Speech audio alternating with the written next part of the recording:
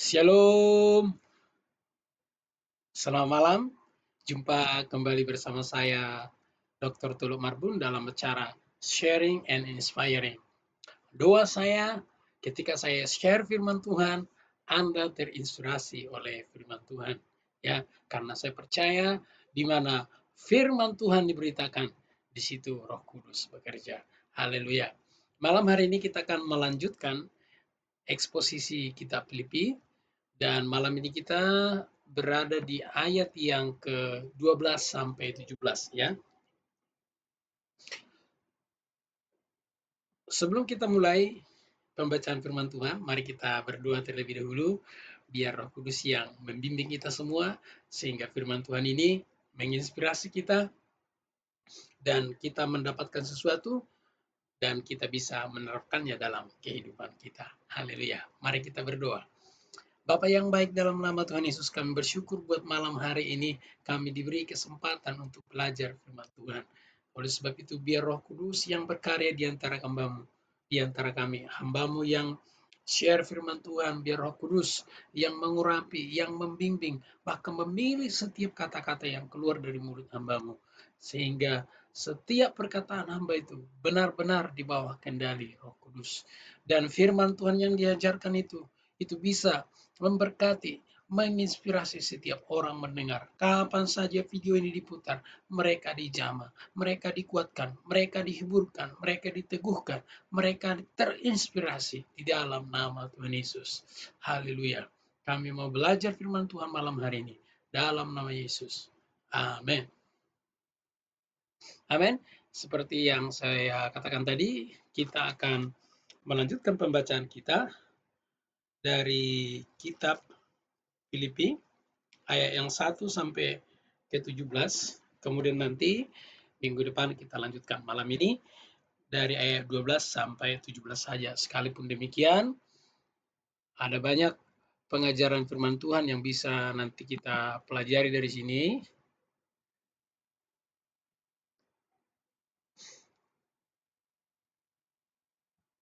Sebentar ya. Oke, saya akan bacakan untuk kita semua.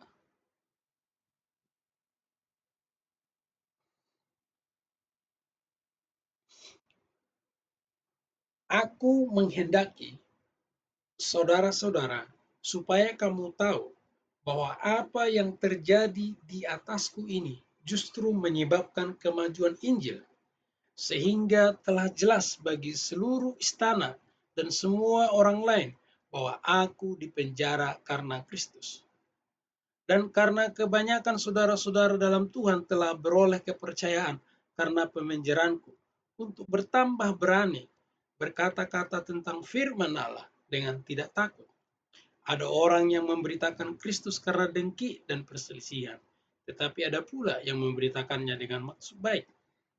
Mereka ini memberitakan dengan kasih, sebab mereka tahu bahwa aku ada di sini membela Injil. Tetapi yang lain karena kepentingan diri dan dengan maksud tidak ikhlas. Sangkanya dengan demikian mereka memperberat bebanku dalam penjara. Malam hari ini kita akan belajar dari kesaksian Rasul Paulus. Ada kebenaran-kebenaran yang menarik ya, yang bisa kita pelajari malam hari ini dan bisa kita terapkan juga dalam masa pandemi ini ya.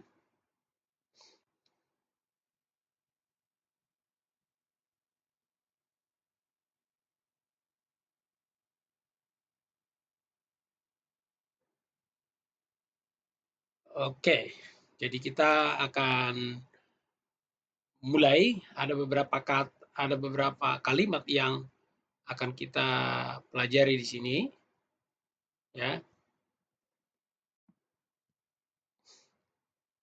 Yang pertama, Paulus dipenjara mengakibatkan kemajuan Injil ya. Karena dari mana buktinya kemajuan Injil itu? Injil itu terdengar bagi seluruh istana dan jelas bagi orang lain ya, bagi semua orang lain. Paulus dipenjara karena Kristus. Kemudian banyak orang yang menjadi percaya, kemudian orang yang percaya tadi bertambah berani berkata tentang firman Allah dengan tidak takut.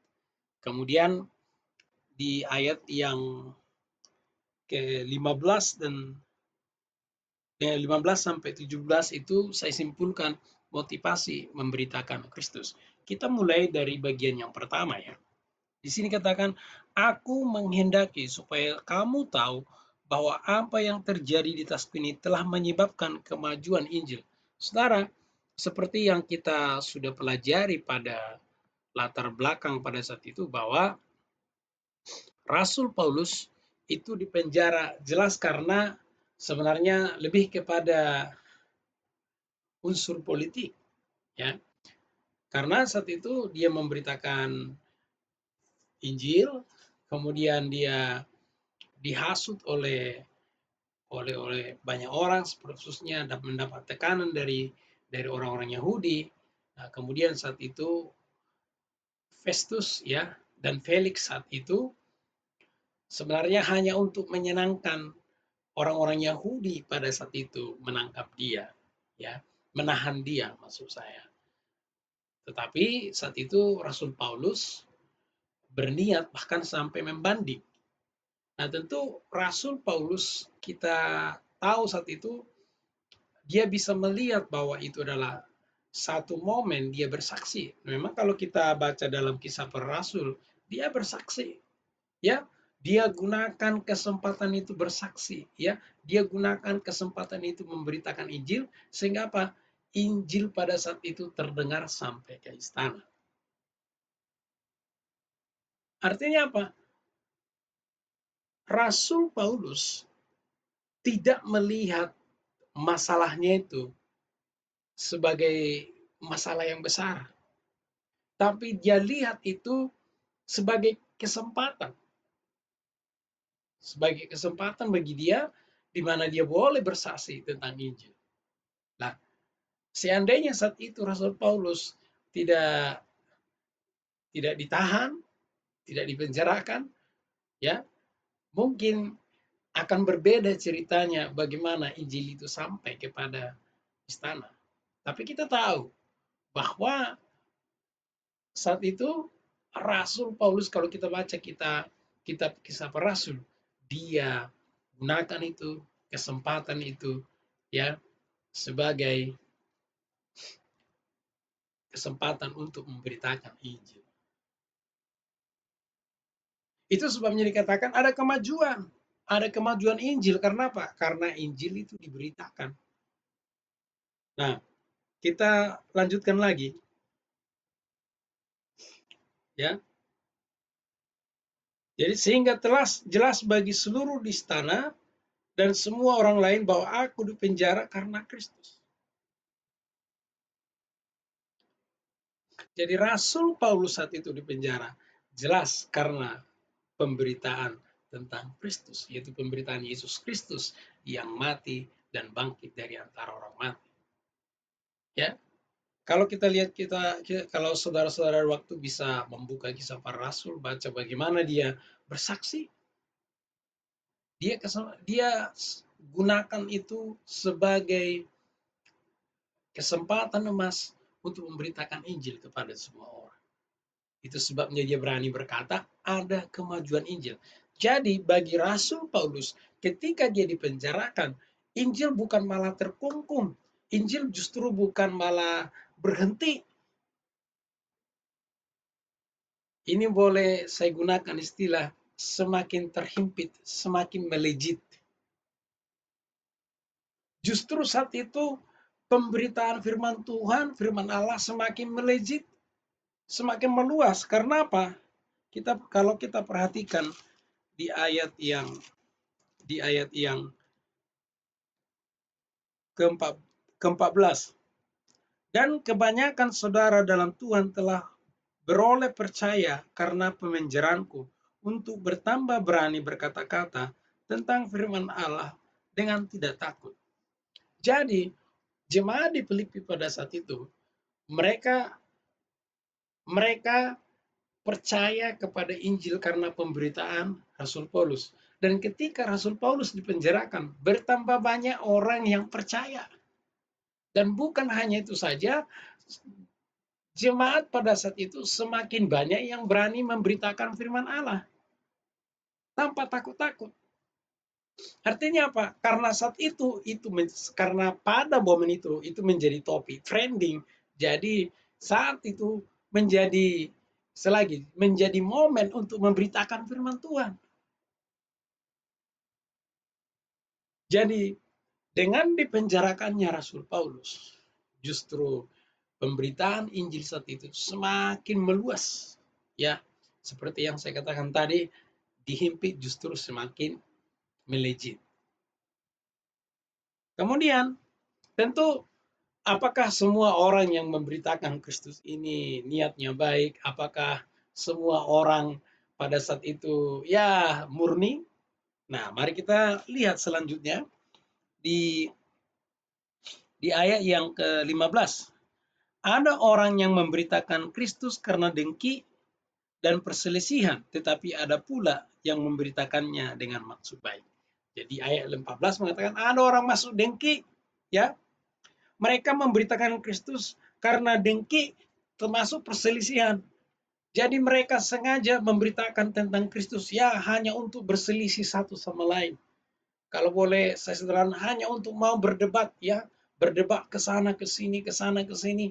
Ya, masuk mereka itu ingin menjatuhkan.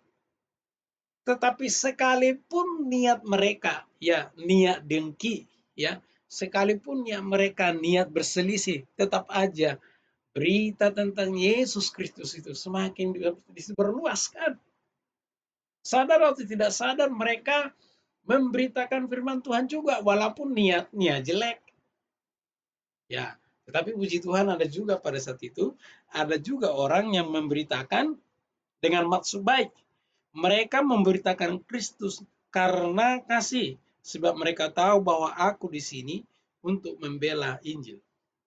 Jadi orang-orang kelompok yang kedua, mereka memberitakan firman Tuhan karena mereka tahu juga bahwa Rasul Paulus di sini di penjara itu karena firman Tuhan. Mereka semakin termotivasi untuk memberitakan firman Tuhan. Artinya apa? Pemenjaraan Rasul Paulus itu tidak membuat mereka tawar hati dan kecut. Sebaliknya, dikatakan justru mereka semakin berani memberitakan firman Tuhan. Tetapi yang lain, karena kepentingan sendiri dengan maksud tidak ikhlas, sangkanya dengan demikian mereka akan memberatkan bebanku dalam penjara. Jadi yang lain ini, ya dengan maksud yang tidak baik, dengan maksud dengki, oke lah, kita beritakan aja tentang Kristus, kita kasih tahu yang jelek-jelek, biar Rasul Paulus makin stres dia di penjara, ya, karena sudah tidak ada lagi nanti yang memberitakan firman Tuhan yang benar.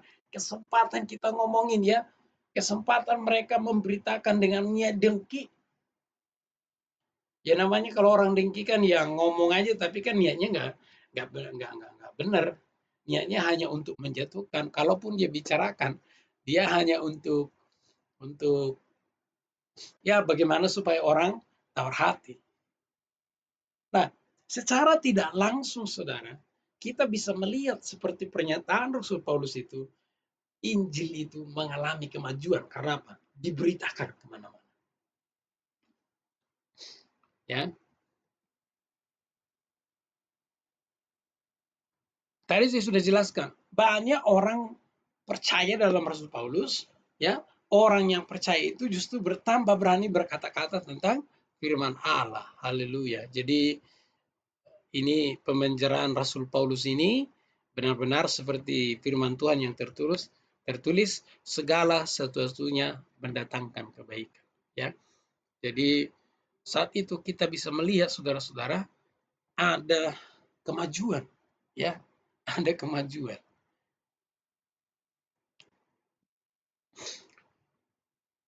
Lalu bagaimana saudara-saudara? Kita bisa pelajaran yang pertama yang bisa kita tarik di sini sesuai dengan apa yang tertulis dalam Roma 8 ayat 8, yaitu bahwa segala sesuatu mendatangkan kebaikan. Rasul Paulus di penjara, orang menyangka bahwa Injil akan terkungkung. Orang menyangka bahwa Injil itu tidak akan diberitakan lagi. Bahkan orang mencari kesempatan memberitakan Injil dengan niat yang dengki, bahkan dipakai sengaja untuk berselisih. Tapi Injil justru semakin disebarluaskan. Entah niatnya baik atau tidak, yang utama bagi Rasul Paulus saat itu, Injil mengalami kemajuan. Segala sesuatunya mendatangkan kebaikan. Kalau kita hubungkan, saudara, kalau kita hubungkan dengan masa pandemi ini justru saya melihat pemberitaan firman Tuhan itu semakin maju, ya. Pemberitaan firman Tuhan itu semakin up to date, ya. Banyak saya pantau, ya, ada gereja yang tadinya mengandalkan offline jadi online, yang tadinya hanya menjangkau wilayahnya bisa menjangkau berbagai wilayah. Itu ada kemajuan. Yang tadinya gereja hanya mengandalkan, ya mungkin hanya mengandalkan offline saja, sekarang bisa di YouTube, ada menggunakan di Facebook, ada banyak media-media yang dipakai sehingga menjangkau orang lebih banyak. Saya melihat pemberitaan firman Tuhan, termasuk pemberitaan Injil di masa pandemi ini, justru semakin luas. Dan Tuhan izinkan ini sehingga, ya, firman Tuhan itu dikumandangkan di mana-mana. Dan saya yakin, saudara, sekalipun, ya, ini melalui media YouTube, ya, saya percaya ketika firman Tuhan disampaikan, Roh Kudus bekerja. Jadi kapan saja firman Tuhan diberitakan, Roh Kudus bekerja di situ untuk menginspirasi, untuk menjamah orang, untuk mencelikkan mata orang sehingga mereka mengerti firman Tuhan yang disampaikan.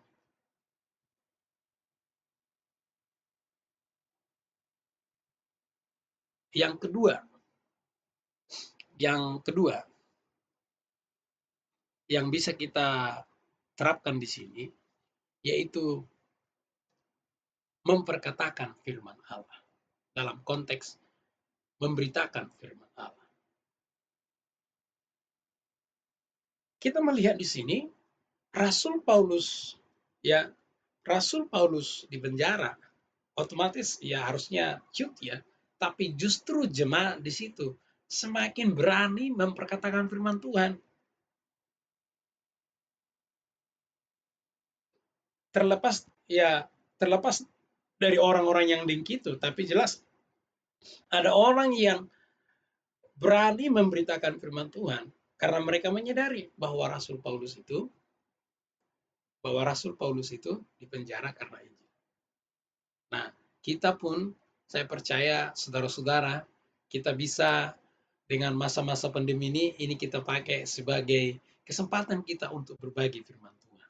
Ya, saya ada beberapa Facebook, ya, saya bisa melihat, ya, saya melihat ada banyak firman Tuhan yang dibagikan, saling menguatkan, saling menginspirasi, ya, dan itu memang sangat penting. Kita nggak bisa berkata, saya sudah tahu itu. Saudara, saya mau katakan, saya lahir baru itu dari kelas 1 SMA. Saya mau katakan, masih banyak, bahkan sekarang saya sudah dokter, masih banyak saya, meskipun kadang-kadang saya sudah sering baca, seringkali ada inspirasi-inspirasi yang baru, ya. Kadang-kadang langsung mengena. Karena apa? Firman Tuhan itu hidup. Nah, itu sebabnya mari kita dengan dengan di masa pandemi COVID ini, mari kita menambahkan keberanian kita untuk memperkatakan firman Tuhan, untuk membagikan firman Tuhan.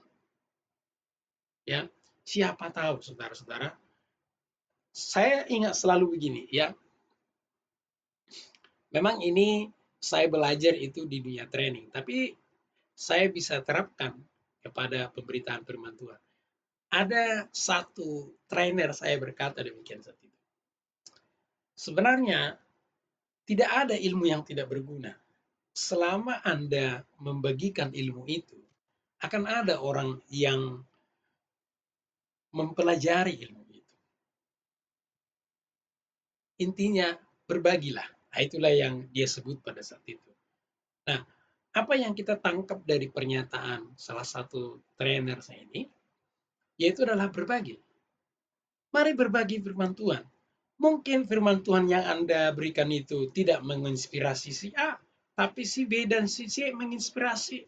Mungkin ada orang yang mengalami pergumulan seperti pergumulan seperti yang firman Tuhan yang Anda bagikan itu. Saya masih ingat di Facebook saya yang lama yang udah disuspend Facebook itu, ya. Termasuk Facebook saya yang pertama ini masih saya ingat waktu saya masih aktif sekali, aktif sekali di Facebook itu. Selalu orang berkata, mereka terinspirasi, menguatkan. Walaupun mereka kebanyakan nggak ngomong ke saya bingung juga ya kenapa nggak ngomong gitu. Kalau ngomong kan semakin semangat gitu. Tapi ketika ketemu, ya bilang terima kasih Bu, statusnya sangat menginspirasi. Nah, jadi saudara-saudara, ketika kita membagikan firman Tuhan, entah via YouTube, via Instagram, via WA atau via apa, itu bisa menginspirasi 2 dari 10 dari teman Anda. Itu sebabnya selesai Anda mendengarkan eksposisi kitab Filipi ini, bagikan kepada orang lain. Siapa tahu juga mereka akan terinspirasi lewat video ini.